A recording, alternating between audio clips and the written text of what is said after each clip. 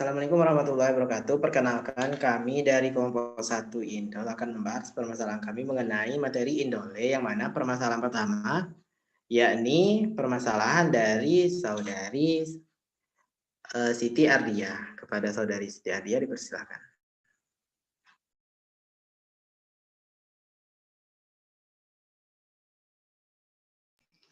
Baiklah, seperti pada permasalahan saya ini, dijelaskan bahwa alkaloid indol itu digunakan sebagai obat anti malaria. Nah, malaria ini merupakan suatu penyakit yang disebabkan oleh infeksi dari protozoa yang bernama Plasmodium falciparum yang ditularkan dari nyamuk Anopheles. Nah, dijelaskan bahwa salah satu turunan alkaloid itu indol seperti indol naphthalen menunjukkan malaria in vitro activity dengan nilai IC 50 sama dengan 30 nanometer untuk melawan obat sensitif 3D7 dan IC 50 sampai dengan 37 nm untuk strain Plasmodium falciparum yang resisten terhadap obat DD2.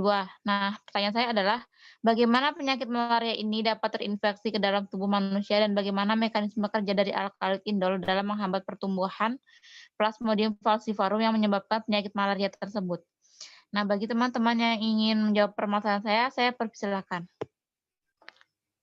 Baiklah, saya Nur Halimah ingin mencoba menjawab permasalahan dari saudari Siti.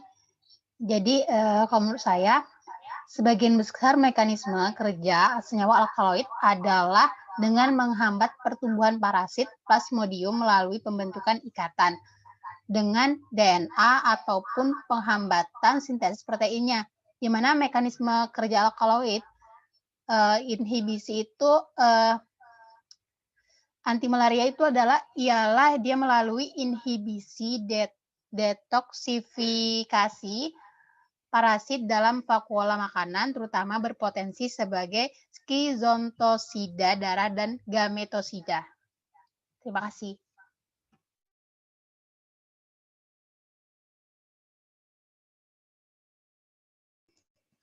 Baiklah, terima kasih jawaban dari saudari Halimah. Namun di sini saya kurang setuju. Nah, karena di sini saya belum menemukan spesifik lagi bagaimana kerja dari obat anti malaria ini. Nah, untuk teman-teman yang ingin menambahkan jawaban dari Nur Halimah dipersilahkan. Izin menambahkan, saudari Siti, jadi menurut saya proses infeksi malaria ialah melalui gigitan nyamuk Anopheles sporozoid, di mana masuk aliran darah selama setengah sampai 2 jam kemudian menuju hepar untuk berkembang biak. Kemudian prozoid ini dengan cepat menginvasi sel hepar kemudian berkembang menjadi skizon ekositrotik. Masing-masing skizon Krositik ini mengandung merozoit sampai 30.000. Nah, sel hepar atau juga disebut dengan sel hati yang telah terinfeksi skizon eksoskritik mengalami ruptur dan melepaskan merozoit dewasa ke aliran darah. Jadi sebagian besar merozoit masuk kembali ke eritosit, kemudian sebagian kecil membentuk gametosit jantan dan betina yang siap untuk dihisap nyamuk Anopheles betina dan melanjutkan siklus hidupnya di tubuh nyamuk. Kemudian siklus aseksualnya di eritosit pada Plasmodium falciparum terjadi selama 48 jam. Nah, untuk pengobatannya itu mekanisme kerja alkaloid sebagai anti malaria ialah melalui inhibisi detoksifikasi HM parasit dalam vakuola makanan, terutama berpotensi sebagai skizontosida darah dan gametosida. Maksudnya ialah skizontosida darah yang menyerang plasmodia yang hidup di darah. Kemudian obat golongan ini sangat esensial dalam mengganggu proses pencernaan hemoglobin. Kemudian parasit dengan jalan mengadakan interaksi dengan beta hematin atau menghambat bentukan homozon. Kemudian target selanjutnya itu menghambat enzim pelamesin dan enzim palcipain. Kemudian globin menjadi asam amino. Nah, itu. Kemudian hemozoin dan asam amino diperlukan untuk pertumbuhan parasit sehingga jika pembentuk dihambat maka parasit akan mati. Begitu. Baiklah, berarti dari jawaban dari saudara Sandi dan saudari Nur Halimah, di sini dapat saya simpulkan bahwa mekanisme kerja alkaloid itu sebagai anti malaria ialah melalui inhibisi detoksifikasi HM parasit dalam vakuola makanan, terutama berpotensi sebagai skizontosida darah dan gametosida. Nah, maksudnya ialah skizontosida darah yang menyerang plasmodia yang hidup di dalam darah. Nah, anti malaria jenis ini untuk pencegahan dan mengakhiri serangan klinis. Nah, sedangkan untuk gametosida maksudnya ialah yang membunuh stadium gametosit Plasmodium falciparum di darah. Nah, alkaloid ini nantinya terkonsentrasi di dalam vakuum makanan yang bersifat asam. Nah, obat ini sangat esensial dalam mengganggu proses pencernaan hemoglobin oleh parasit dengan jalan mengadakan interaksi dengan beta hematin atau menghambat pembentukan hemazoin. Nah, target selanjutnya adalah menghambat enzim plasmepsin dan enzim falcipain yang berperan dalam pemecahan globin yang untuk menjadi asam amino. Nah, hemozoin dan asam amino ini diperlukan untuk pertumbuhan parasit, sehingga jika pembentukannya dihambat, maka parasit akan mati. Nah, demikianlah permasalahan saya kembalikan ke moderator. Terima kasih Siti Adia atas permasalahannya. Kita lanjut ke permasalahan Kelantan. Kepada Kelantan dipersilakan.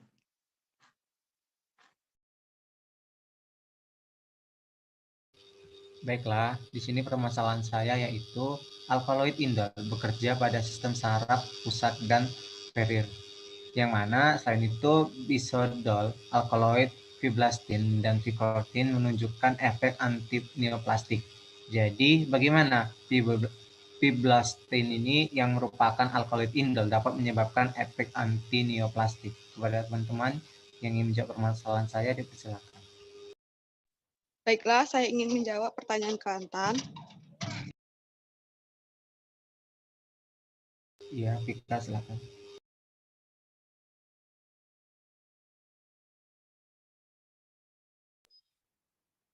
Baiklah, di sini fiblastin adalah vinca alkaloid dan analogi kimia dari fiscrispin. Nah, ini mengikat tubulin sehingga menghambat perakitan mikrotubulus. Pengobatan fiblastin ini menyebabkan penangkapan siklus sel spesifik fase M dengan mengganggu perakitan mikrotubulus dan pembentukan spindel, mitosis, dan kinetokor yang tepat. Nah, yang masing-masing diperlukan untuk pemisahan kromosom selama anafase mitosis. Nah, itulah yang dapat dari jawaban Kelantan. Terima kasih, saya kembalikan kepada Kelantan. Baiklah, terima kasih atas jawabannya. Namun di sini Vika belum menjelaskan sekali mengapa dia dikatakan dapat menyebabkan efek antineoplastiknya. Nah, kepada teman-teman yang ingin lebih menjelaskan lagi, dipersilakan. Baiklah, di sini saya ingin menambahkan dari jawaban saudari Vika. Nah, di sini menurut saya vinblastin atau Velban adalah obat kemoterapi.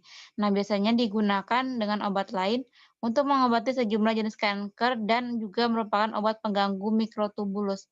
Nah, pada konsentrasi yang sangat rendah, vinblastin menekan dinamika mikrotubulus dan pada konsentrasi yang lebih tinggi, mereka mengurangi massa polimer mikrotubulus serta dapat menghasilkan fragmen mikrotubulus dengan merangsang pelepasan ujung minus mikrotubulus dari pusat pengorganisasian mereka. Nah, studi dosis respon lebih lanjut menunjukkan bahwa pelepasan mikrotubulus yang ditingkatkan dari kutub spindel berkorelasi paling baik dengan sitotoksitas. Nah, toksisitas ini termasuk supresi sumsum tulang atau yang membatasi dosis, toksisitas gastrointestinal, aktivitas versikan, yang pembentukan lepuh yang kuat, dan cedera ekstravasasi membentuk ulkus dalam, dan ada pula kristal vinblastin dapat terdiri dari tubulin atau mikrotubulus tanpa polimer yang dikemas dengan rapat.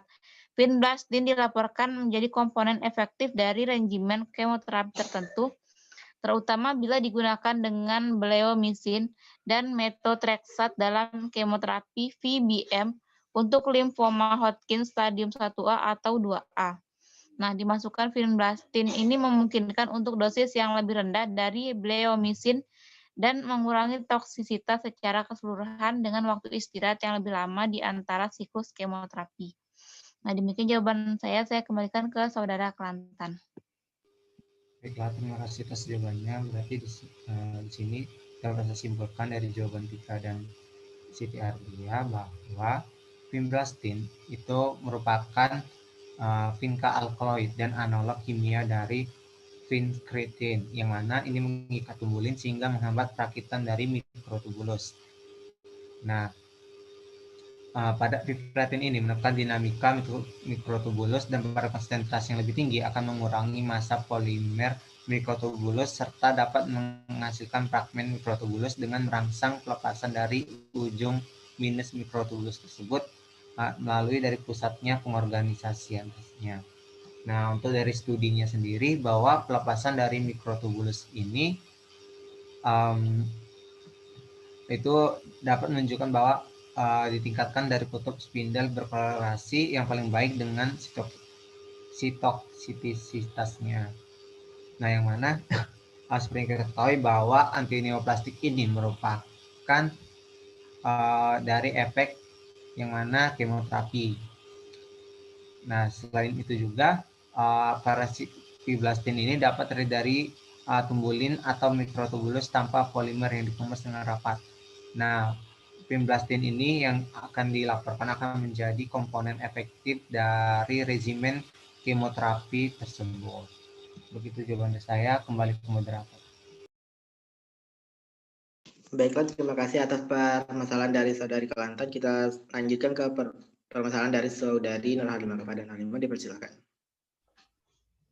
Baiklah, selanjutnya permasalahan saya, di mana pada gambar ini, mengapa pada ia, yaitu dichlorine dioxide, lebih aktif menyerang C3 dibandingkan C2?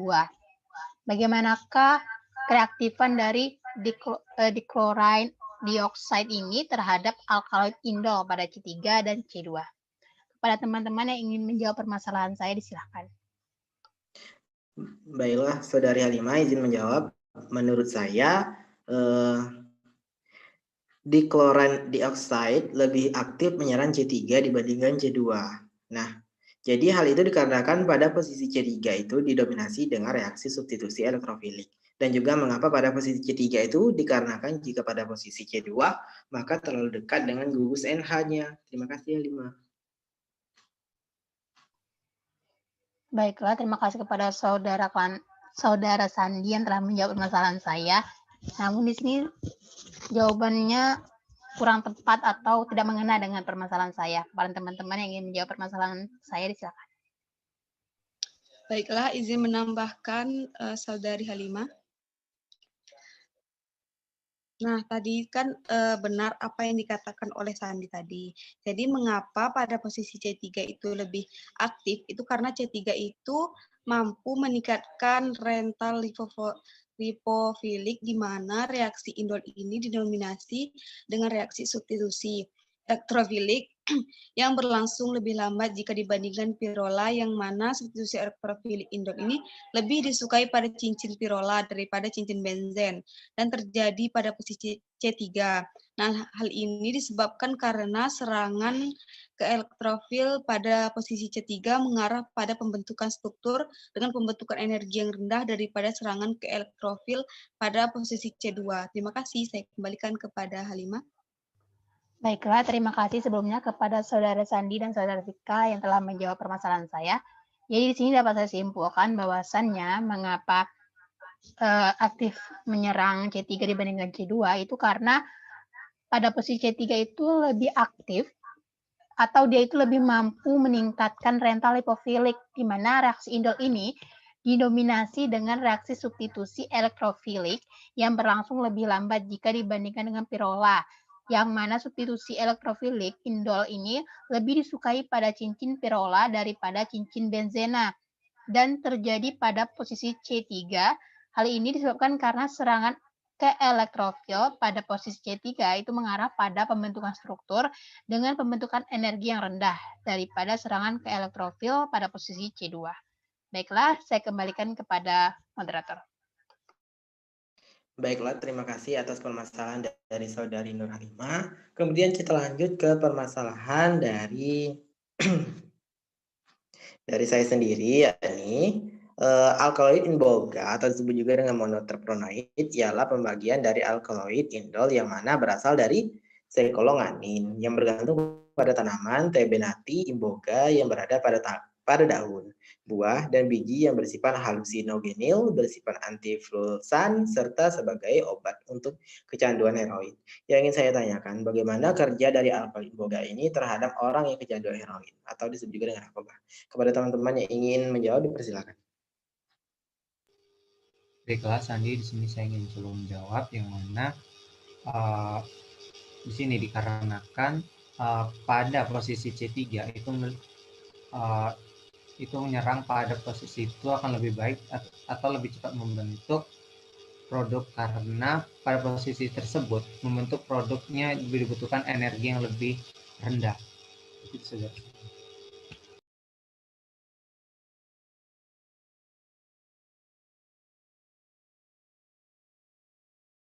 Mohon maaf, harus saya ulangi bahwa tanaman imbolga, terutama alkaloid imbolgen ini digunakan untuk acara testimonial yang memakan waktu lebih dari 24 jam. Nah, biasanya juga orang yang mengkonsumsi ini akan merasa lebih segar dan merasa lebih pulih secara keseluruhan. Nah, untuk imbolga ini diistilahkan sebagai untuk meriset bahan kimia pada otak dan untuk melepaskan diri dari kecenderungan biologis dan mental karena penyalahgunaannya. Nah, di sini yang dimaksud alkaloid imbolga ini berguna untuk mengobati orang yang kecanduan heroin tersebut. Kembali ke saudara sendiri. Baiklah, terima kasih atas jawabannya dari Kelantan. Namun di sini menurut saya jawaban masih kurang lengkap. Kepada teman-teman yang ingin menambahkan, dipersilakan. Baiklah, saya Nur Halimah ingin mencoba menambahkan dari permasalahan saudari Sandi, di mana terlebih dahulu imbagine itu dari akar tabernate iboga, tanaman yang diketahui menunjukkan efek psikedelik pada penggunaannya. Pengalaman iboga ini terjadi dalam dua fase yang disebut dengan fase visioner dan fase introspeksi. Fase visioner ini telah digambarkan sebagai onergenik, mengacu pada efek psikedelik yang seperti mimpi dan berlangsung selama 4 hingga 6 jam. Fase kedua, fase introspeksi ini bergantung atau bertanggung jawab atas efek psikoterapi. Ini dapat memungkinkan orang untuk menaklukkan ketakutan dan emosi negatif mereka.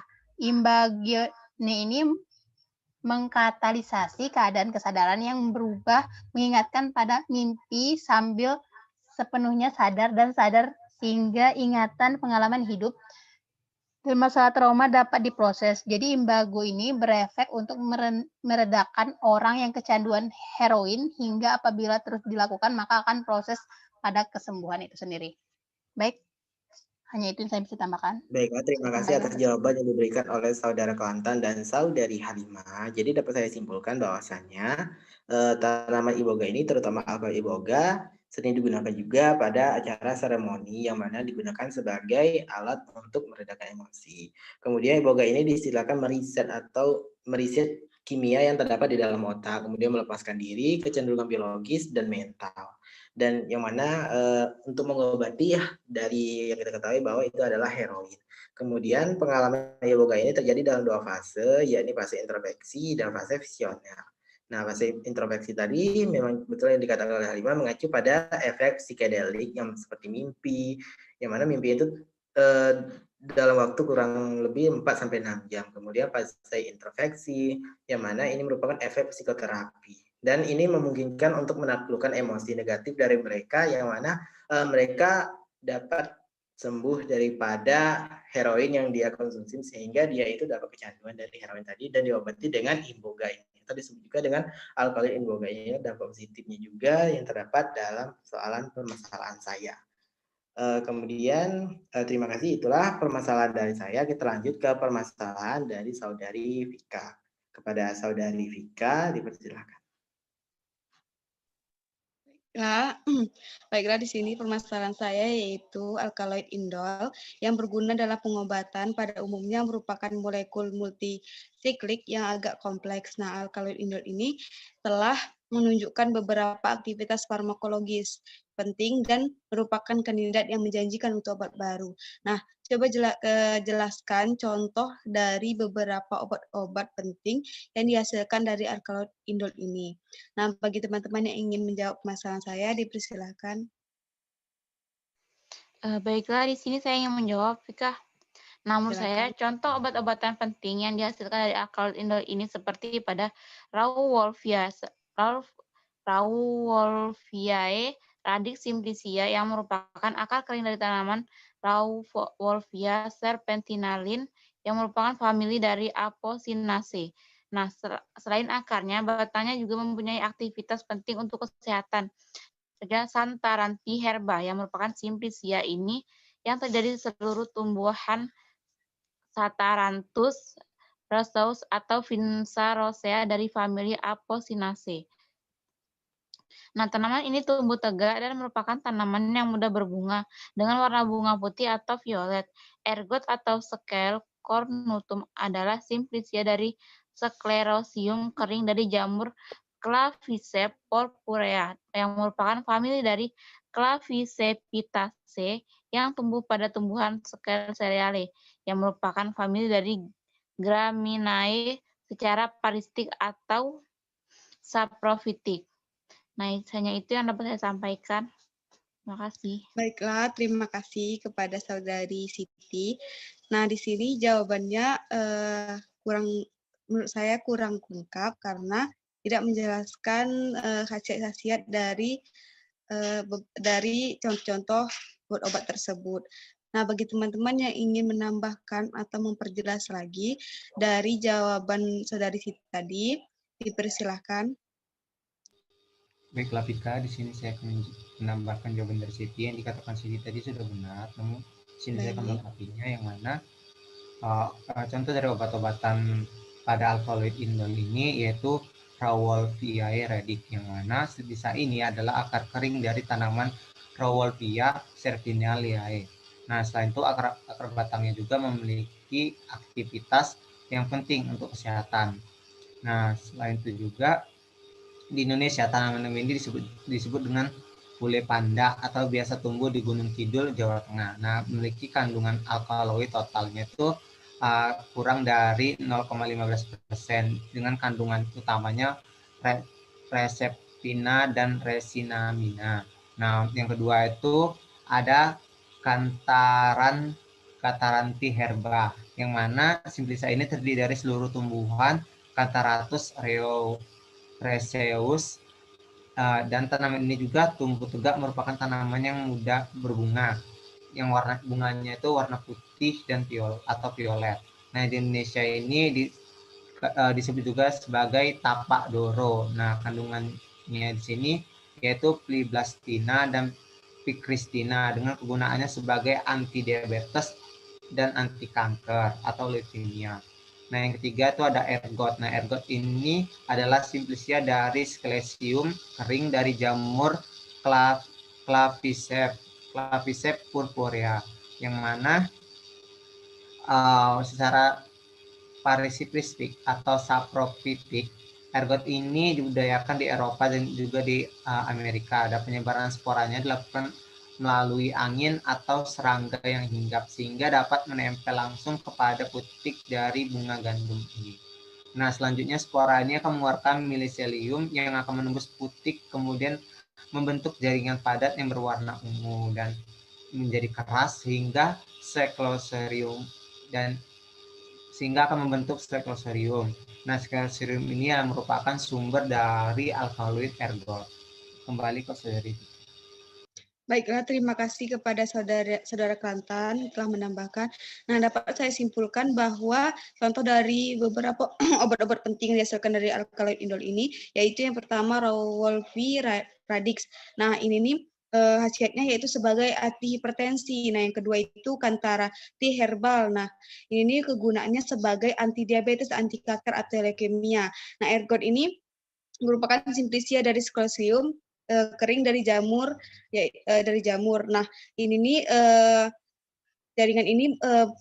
jaringan yang membentuk dari ergot ini berwarna ungu dan menjadi keras yang disebut sebagai Sclerosium, dan Sclerosium ini sebagai sumber alkaloid ergot tersebut. Nah, terima kasih. Saya kembalikan kepada moderator.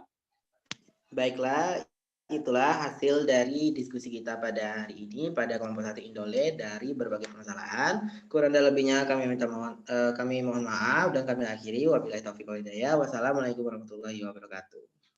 Waalaikumsalam warahmatullahi wabarakatuh.